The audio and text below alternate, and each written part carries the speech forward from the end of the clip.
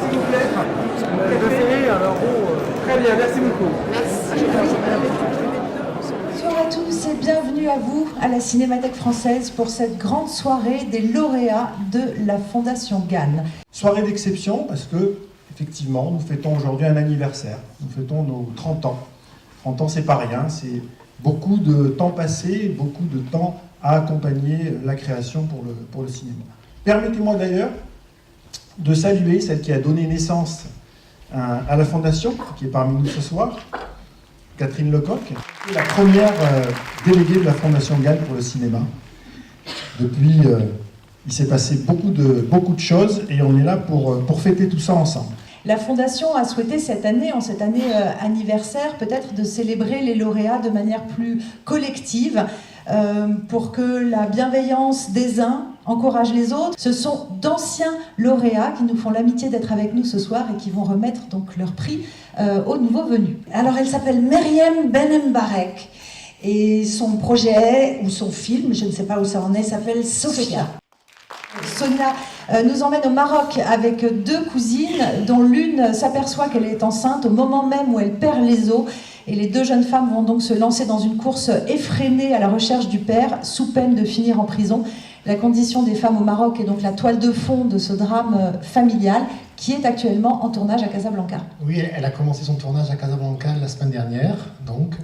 Et je voulais vraiment remercier la Fondation Gann parce que quand on est producteur ou metteur en scène, le premier partenaire est toujours le plus important.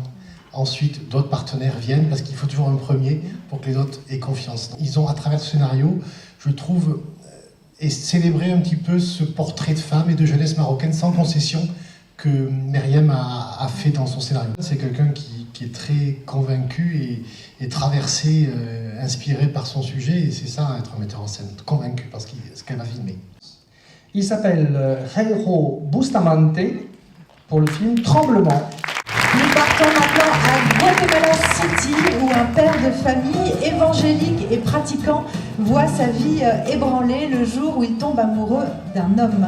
Sa famille et l'Église vont se mettre en tête de le soigner puisque, comme vous savez, Dieu aime les pécheurs mais déteste les péchés. C'est un scénario qu'on a tous adoré parmi les membres du jury et on t'a écouté nous raconter ton film et nous raconter le Guatemala et la difficulté en effet pour un homme de se découvrir aimer un autre homme avec la pression de cette société et notamment de l'Église qui cherche à tout prix à ramener dans le droit chemin, si je puis dire, cet homme. Oui, à soigner en fait. On y pense encore qu'il est possible d'être soigné. Pour un Guatémaltèque, il est très difficile de parler de certains sujets. Et d'avoir des gens qui vous soutiennent quand vous voulez aborder ces sujets-là, c'est très important. C'est un sujet qui est toujours très polémique et tabou au Guatemala. C'est un sujet qui est très polémique et tabou. Et pendant la dernière Gay Pride au Guatemala, l'ambassade des États-Unis a mis le drapeau d'arc-en-ciel. Et il y a eu des manifs devant l'ambassade. L'ambassadeur est afro-américain et les gens venaient crier « Nègre PD, sort de ce pays ». C'est vraiment, il n'y a pas... C'est pas une discrimination cachée, c'est juste comme ça. Et si on ne la fait pas, on risque d'être taché d'être pédé aussi, donc il vaut mieux crier fort. Non? Donc le lauréat s'appelle Blaise Harrison. Pour les particules. Après le Guatemala, le Jura, avec un adolescent et ses amis qui vivent leur dernière année au lycée. Alors même qu'à 100 mètres sous terre, sous leurs pieds, se trouve le LHC, l'accélérateur le plus puissant du monde, qui est capable de provoquer des collisions de protons.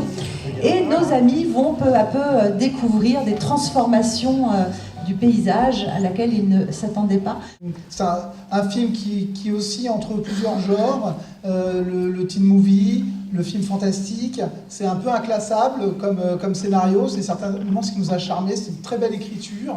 Voilà, je m'inspire beaucoup de mes souvenirs d'adolescent dans cette région voilà, dans laquelle je vais tourner. Vous vouliez travailler avec de véritables lycéens.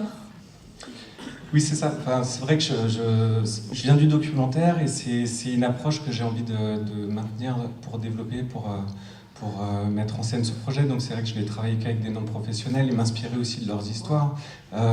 Et donc le film se nourrit beaucoup de ce réel-là que j'ai envie de m'amuser à triturer, à déformer un petit peu. Voilà.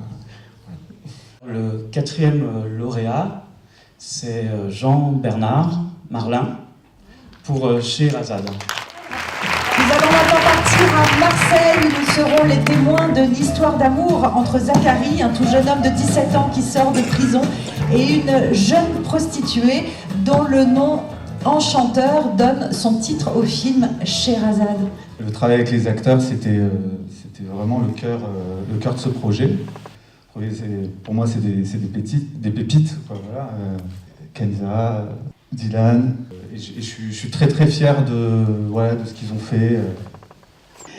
Merci beaucoup. Voilà. Merci au jury pour... Donc, chaque année, on souhaite récompenser un projet ambitieux en matière de création, histoire de nous ouvrir à d'autres formes de cinéma. Le projet que nous avons primé est porté par une réalisatrice hors pair qui s'appelle Florence Miaillet pour La Traversée. C'est un voyage initiatique de l'enfance à l'adolescence qui nous offre également une interprétation mythologique des migrants, de l'histoire des migrants.